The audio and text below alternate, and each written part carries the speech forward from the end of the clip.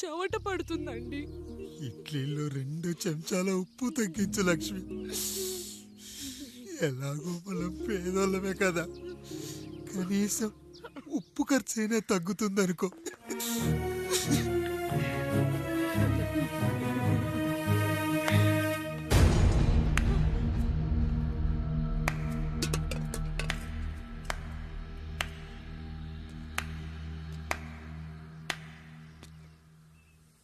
పప్పు రుబ్బుతున్నావా పెదరాయుడు? ఎవడికైనా చేసిన పాపం పండుతుంది అంటారు. నీకు మాత్రం అదిగో అలా పిండయింది. అరే రే రే రే రే, చేతి నిండా భార్యలు, ఇంటి నిండా బంధువులు, బీరువా నిండా డబ్బులు, ఊరి నిండా జనాలు. ఏరి ఎక్కడ? ఇంటర్వెల్ ముందు ఇంటర్ చదివే కుర్రాడు ఏదో ఆవేశంగా డైలాగులు చెప్పాడు, సెకండ్ హాఫ్ కు మర్చిపోతాడు అనుకున్నావు కదూ?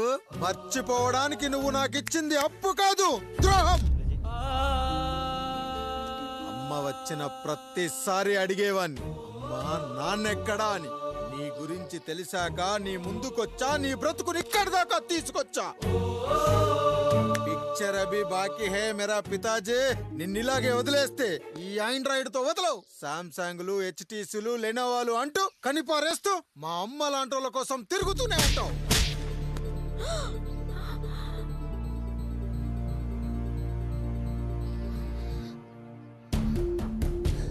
అమ్మా అమ్మా, ఛీ, నన్నలా పిలవకురా.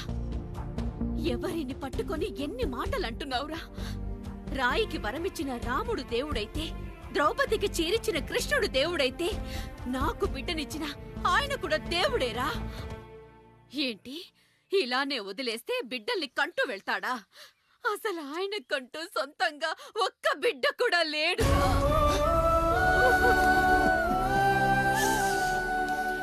అసలు ఏం జరిగిందో తెలుసా?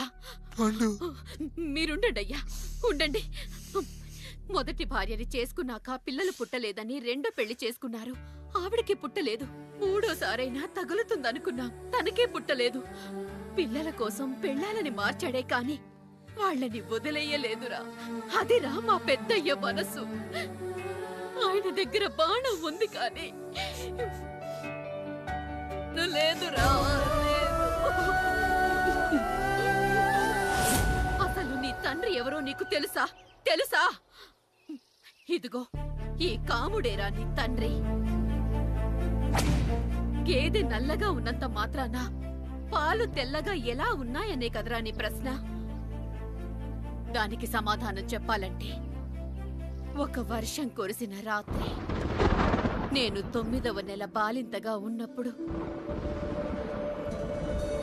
పండు పండు, ఇదిగో. ఏమిటండి ఇది? నిద్రలేస్తే నేను, బయటికెళ్తే గంటోడు, పక్కకెళ్తే పాలేరు, ఎప్పుడూ తిరిగే తాయారు. రోజు మమ్మల్ని చూసి చూసి బిడ్డ కూడా జిడ్డు మొహం వేసుకుని పుడతాడేమో అని భయంగా ఉంది. కడుపులో ఉన్నప్పుడు మనం ఎవరి మొహాలైతే చూస్తామో అచ్చం వారి పోలికలతోనే పుడతారంటారు. పొరపాటున నా పోలికలతో పుడితే? అదేంటి కాముడు, నీకేం తక్కువ? జుట్టు ఉండాల్సిన చోట లేకుండా అవసరం లేని చోట విపరీతంగా పెరిగిపోతుంది. మనకు పుట్టబోయే బిడ్డ గొప్ప అందగాడై ఉండాలి. ఇదిగో, రోజు ఈ దేవుడి ఫోటోలు చూడు, వాళ్ళలాగే అందంగా పుడతాడు. కడుపుతో ఉన్నప్పుడు ఎవరి ఫోటో చూస్తే ఆ పోలికలతో బిడ్డ పుడతాడా?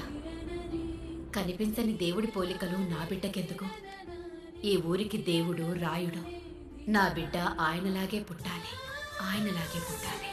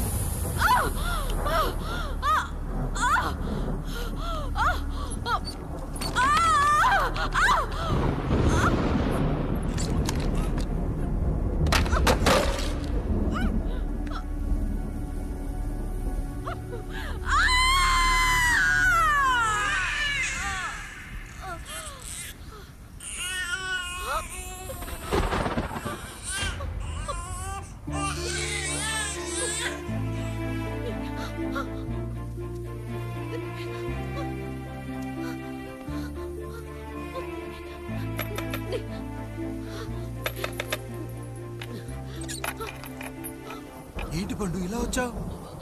అయ్యా, తప్పు జరిగిపోయింది పెద్దయ్య. ఏం జరిగింది? అసలే నువ్వు ఒట్టి మనిషి కూడా కాదు. ఒక్కసారి ఇటు చూడండి అయ్యా.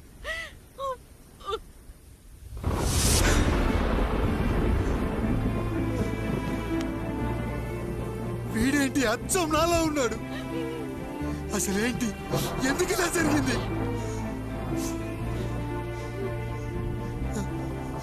నువ్వు ఎప్పుడైనా చీకట్లో పంపు సైడ్ దగ్గరికి వచ్చావా? మరి అమలాపురంలో శివాలయం దగ్గర రత్నాలు నీకేమైనా అమ్మవుతుందా? లేదు. పిఠాపురంలో పద్మ, రామాపురంలో లక్ష్మి, కాకినాడలో సుజాత.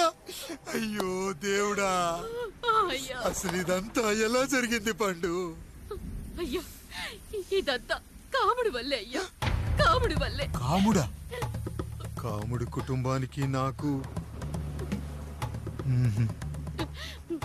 ఏం గుర్తు రావట్లేదే. ఎన్నని గుర్తు పెట్టుకోగలను నేను మాత్రం. అయ్యా, అది కాదయ్యా.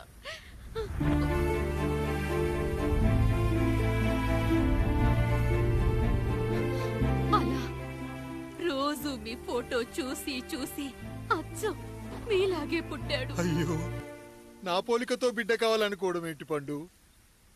నువ్విలా చేయడం ఏంటి పండు? పోలికల కోసం ఫోటోలు ఎందుకు చూసావు పండు? అందుకే కదయ్యా ముందు ఆ డైలాగ్ చెప్పాను, తప్పు జరిగిందని. ఇప్పుడు ఏం చెయ్యాలయ్యా? స్వచ్ఛమైన మన ప్రేమను ఈ పాడులోకం అర్థం చేసుకోదు. కనీసం మీ ఇద్దరి జీవితం బాగున్నా ఆనందపడేవాని. వీణ్ణి ఇక్కడ ఉంచొద్దు పండు, బయటికి పంపించు. బయటికి పంపించి బాగా చదివించు, గొప్పవాణ్ణి చెయ్యి. వీడికి అయ్యే ఖర్చంతా నేనే భరిస్తా. అవసరమైతే ఆ డబ్బు కాముడి జీతంలో కట్ చేద్దాం. అయ్యా, వెళ్లే ముందు వీడికొక పేరు పెట్టండి అయ్యా. వీడు ఇంకో రాయుడు, అంటే ఇంగ్లీష్ లో అండ్ రాయుడు, అండ్ రాయుడు.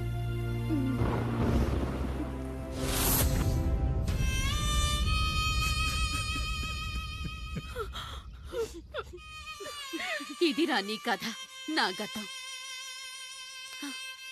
నిన్ను చదివించడం కోసం ఆయన మీ నాన్న జీతంలోంచి నెలకి 3,000, 4,000 కోసేసిచ్చేవారు.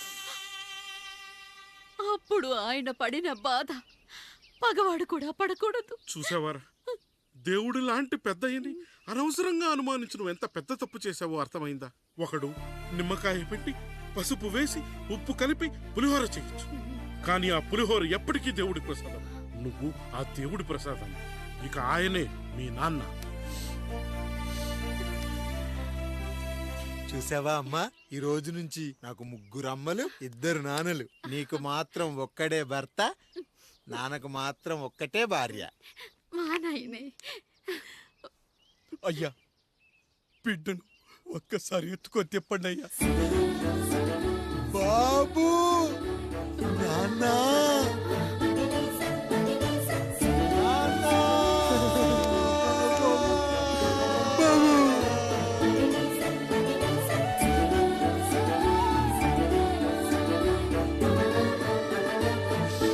నన్ను క్షమించు నాన్న.